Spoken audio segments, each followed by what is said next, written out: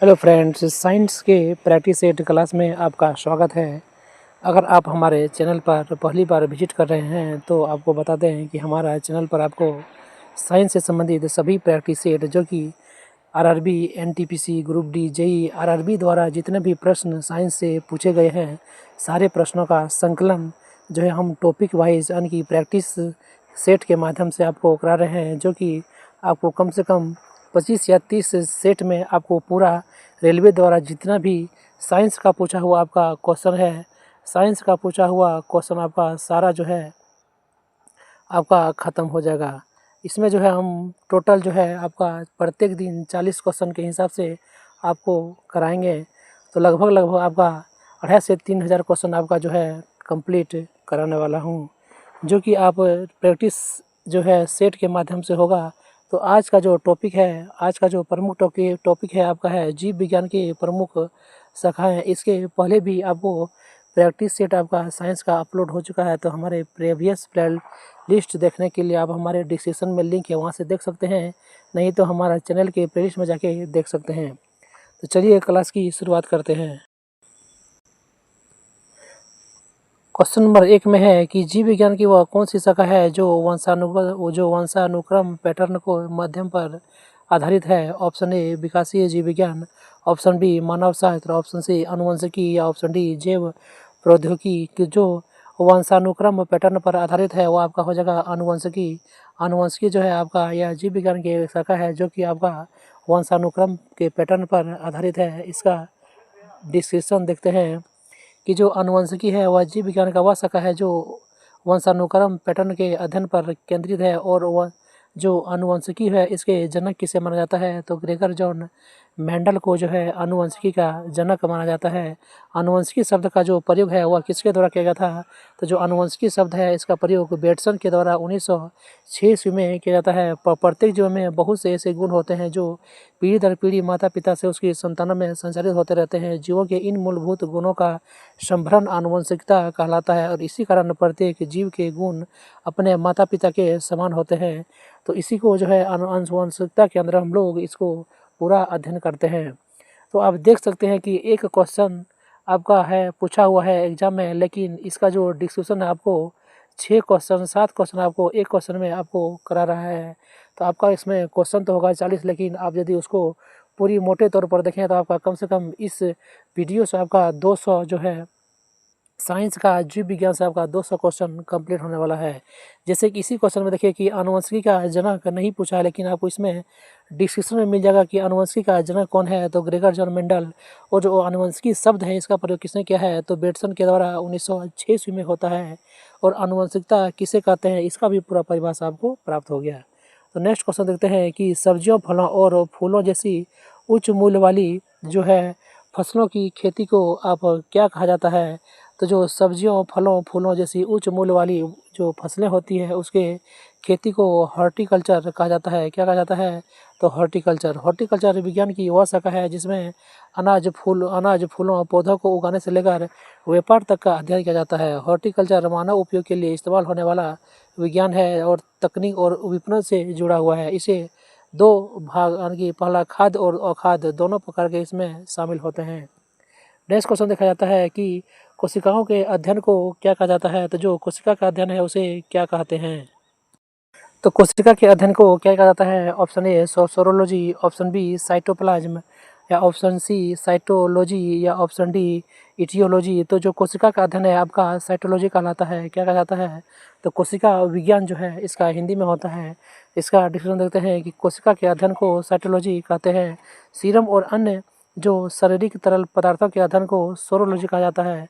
Serum और अन्य जो तरल पदार्थ है उसके अध्ययन को सोरोलॉजी कहते हैं। रोगों की पहचान और निदान की विवेचना का अध्ययन को रोगों की पहचान और उसके निदान, इसका जो अध्ययन है आपको इटियोलॉजी कहलाता है। वहीं कोशिका की झिल्ली के अंदर आपका केंद्रक को छोड़कर संपूर्ण पदार्थों को कोशिका द्रव कहते हैं। नेक्स्ट देखते हैं कि यह जो है कोशिका द्रव होता है यह आपका रवेदार, जेलीनुमा और अर्ध तरल पदार्थों का बना होता है। यह कोशिका के 70% भाग का रचना करता है। कौन, तो कोशिका द्रव। नेक्स्ट देखते हैं नेक्स्ट क्वेश्चन आप देखते हैं कि जो विटीकल्चर होता है, विटीकल्चर किससे संबंधित है? ऑप्शन ए सब्जी की खेती से, ऑप्शन बी आम की खेती से, ऑप्शन सी अंगूर की खेती से, ऑप्शन डी फूलों की खेती से। या एनटीपीसी में पूछा हुआ क्वेश्चन है। तो जो विटीकल्चर होता है आपका अंगूर की खेती से संबंधित होता है आपका विटीकल्चर। नेक्स्ट क्वेश्चन देखते हैं। आपका जो विटीकल्चर है, विटीकल्चर आपका संबंधित है अंगूर की खेती से संबंधित है विटीकल्चर। वहीं सब्जियों की खेती के अध्ययन बात करें तो जो जिसमें सब्जी की खेती का अध्ययन किया जाता है उसको ओलेरीकल्चर कहते हैं। वहीं फूलों की खेती को हम लोग को फ्लोरीकल्चर कहते हैं। एपिग्राफी का क्या अभिप्राय है? तो जो एपिग्राफी होता है इसमें किसका अध्ययन किया जाता है? ऑप्शन ए कंकालों का, ऑप्शन बी शिलालेखों का, ऑप्शन डी सी मानचित्रों का, या ऑप्शन डी सिक्का के अध्ययन का। तो आपका इसका जो सही आंसर है आपका हो जाएगा ऑप्शन नंबर बी। शिलालेखों के जो अध्ययन होता है उसको हम लोग क्या कहते हैं? तो उसको हम लोग एपिग्राफी के नाम से जानते हैं। नेक्स्ट जो और भी कुछ अन्य जो है अध्ययन को देख लेते हैं। तो ऑप्शन जो है ऑस्टियोलॉजी। तो ऑस्टियोलॉजी है आपका किसके अध्ययन से संबंधित है? तो ऑस्टियोलॉजी आपको कंकालों का अध्ययन जो होता है उसको हम लोग ऑस्टियोलॉजी कहते हैं। वही शिलालेखों का जो अध्ययन है उसको हम लोग एपिग्राफी कहते हैं। मानचित्रों के अध्ययन को कार्टोग्राफी कहते हैं। वहीं सिक्कों का जो अध्ययन है तो सिक्कों के अध्ययन को हम लोग न्यूमिसमेटिक्स कहा जाता है, सिक्कों के अध्ययन को। नेक्स्ट देखते हैं कि पक्षियों के अध्ययन को क्या कहा जाता है? तो जो पक्षी होता है इसके अध्ययन को क्या कहते हैं? तो हर्पेटोलॉजी या ऑप्थेलोबोलॉजी, या ऑप्शन सी एंथ्रोपोलॉजी, या ऑप्शन डी ऑर्निथोलॉजी।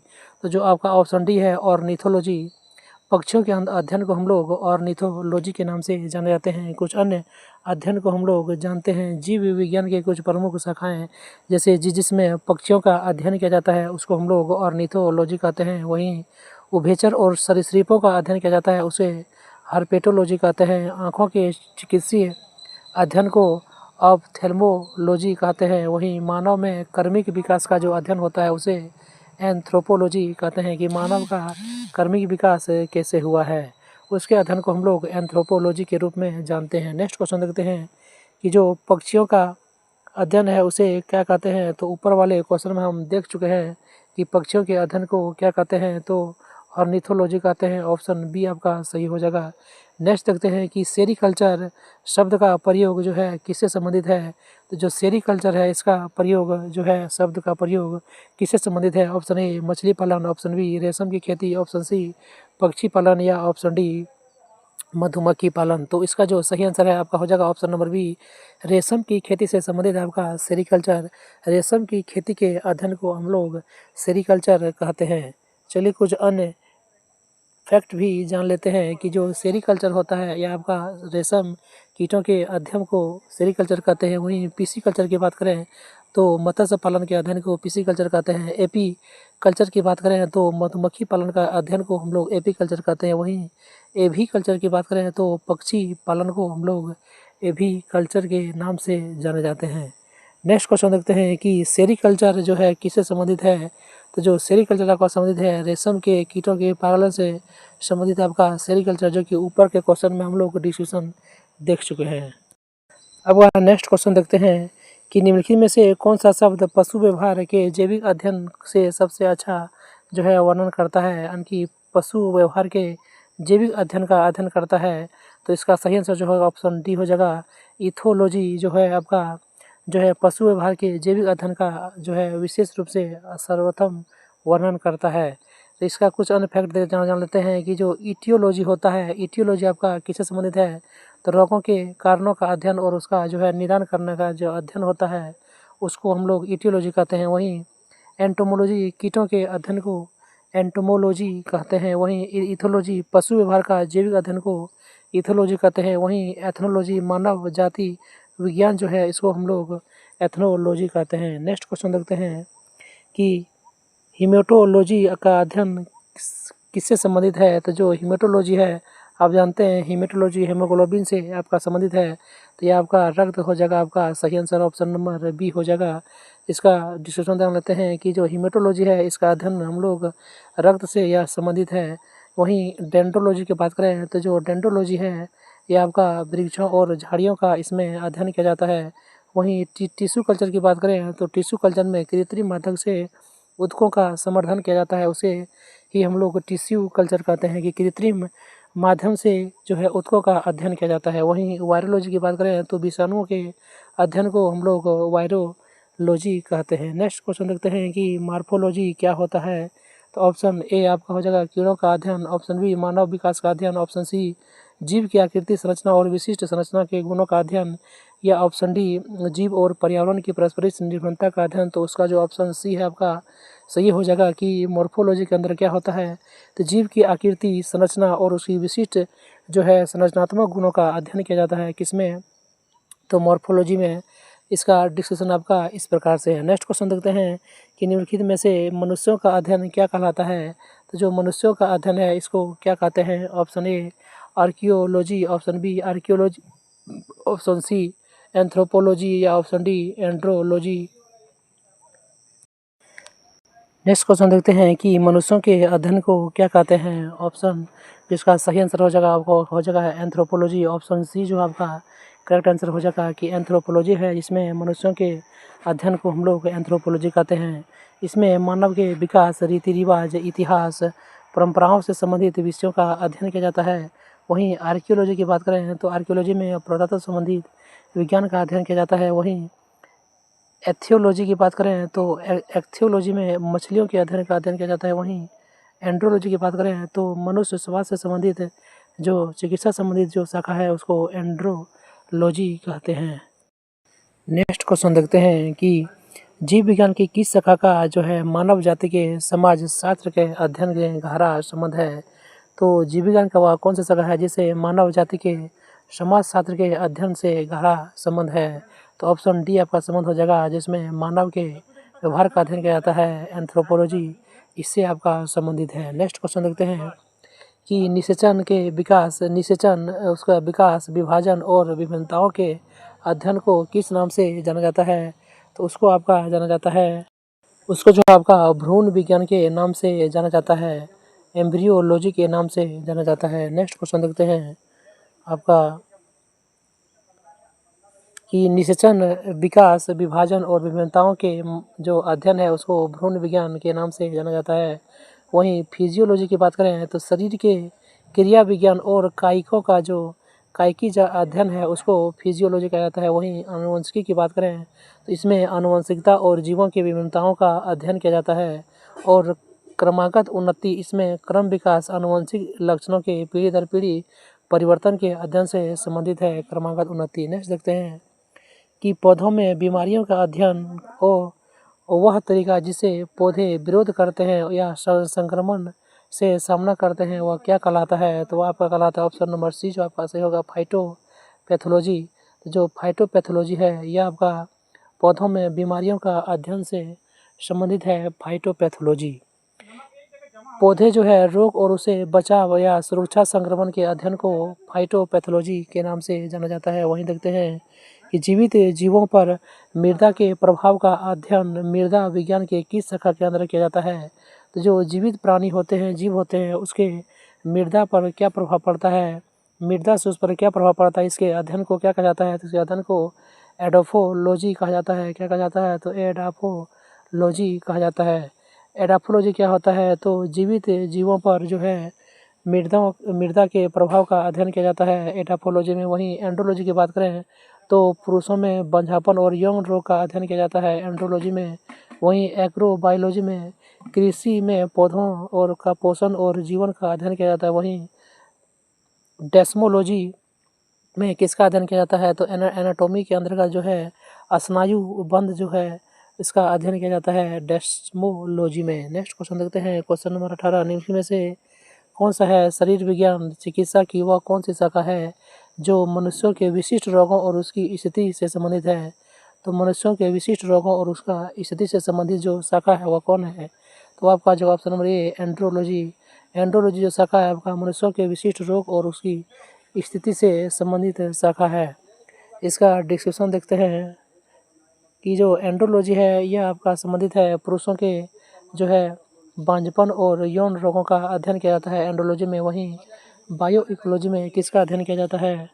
नेक्स्ट देखते हैं कि बायो जो इकोलॉजी होता है इसमें किसका अध्ययन किया जाता है। तो प्राकृतिक वातावरण में रहने वाले जीवों के बीच अंतर संबंधों का इसमें अध्ययन किया जाता है। वहीं एस्ट्राकोलॉजी की बात करें तो क्रेफिश का अध्ययन किया जाता है। वहीं डेस्मोलॉजी की बात करें तो डेस्मोलॉजी में शरीर संरचना की एनाटॉमी के अंतर्गत स्नायु लिगामेंट का अध्ययन किया जाता है। डेस्मोलॉजी में किसमें, तो डेस्मोलॉजी में आपका लिगामेंट से संबंधित अध्ययन किया जाता है। नेक्स्ट क्वेश्चन देखते हैं कि निम्नलिखित में से चिकित्सा विज्ञान की वह कौन सी शाखा है जिसमें यकृत के उपचार और उसका अध्ययन से संबंधित है। तो जो यकृत के उपचार और उसके जो है अध्ययन से आपका संबंधित है, ऑप्शन नंबर बी हेप्टोलॉजी। तो हेप्टोलॉजी जो है आपका यकृत के उपचार और उसके अध्ययन से संबंधित है।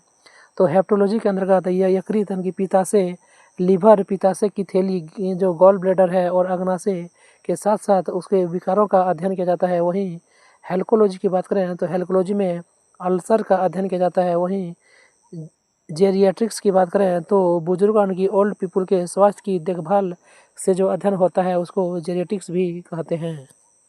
आपका नेक्स्ट क्वेश्चन देखते हैं कि जीवों के वर्गीकरण से जो संबंधित जीव विज्ञान की कौन सी शाखा है। तो जीवों के वर्गीकरण से संबंधित जो शाखा है उसको वर्गीकरण विज्ञान कहा जाता है। ऑप्शन नंबर ए आपका सही है। इसका डिस्क्रिप्शन देखते हैं कि जीवों के वर्गीकरण से संबंधित जो जीव विज्ञान की शाखा है उसे वर्गीकरण विज्ञान कहते हैं और यह विभिन्न जातियों में जंतु और पौधों को अध्ययन करता है। 1735 ईस्वी में एक वैज्ञानिक हुआ जिसका नाम है कॉर्नेलियस ने सिस्टमा नेचुरा नामक के आधार पर वर्गीकरण को आधार माना और इसमें नेथोलॉजी, शरीर संरचना विज्ञान और लिंगमोलॉजी। तो यहाँ हम लोग देख सकते हैं कि जो नेथोलॉजी है इसमें धार्मिक मानव प्रयास, ईश्वर शक्ति का अध्ययन किया जाता है। वहीं संरचना रचना विज्ञान एनाटॉमी में शरीर की संरचना और शरीर के चीड़-फाड़ का अध्ययन किया जाता है। वहीं लिम्नोलॉजी में नदियाँ, झीलों, तालाबों, जल प्रपातों, अर्धभूमियों और जो अर्धभूमि जो समुद्र से अलग है उसका अध्ययन किया जाता है। किसमें, तो निम्नोलॉजी में। नेक्स्ट क्वेश्चन देखते हैं कि जंतु विज्ञान किसका अध्ययन है। तो जंतु विज्ञान में किसका अध्ययन किया जाता है। तो जंतु विज्ञान में आपका जानवरों का अध्ययन किया जाता है। नेक्स्ट क्वेश्चन देखते हैं कि विज्ञान की वह शाखा जो जीवन या पृथ्वी से परे मौजूद जीवन की संभावनाओं से संबंधित है उसको क्या कहा जाता है।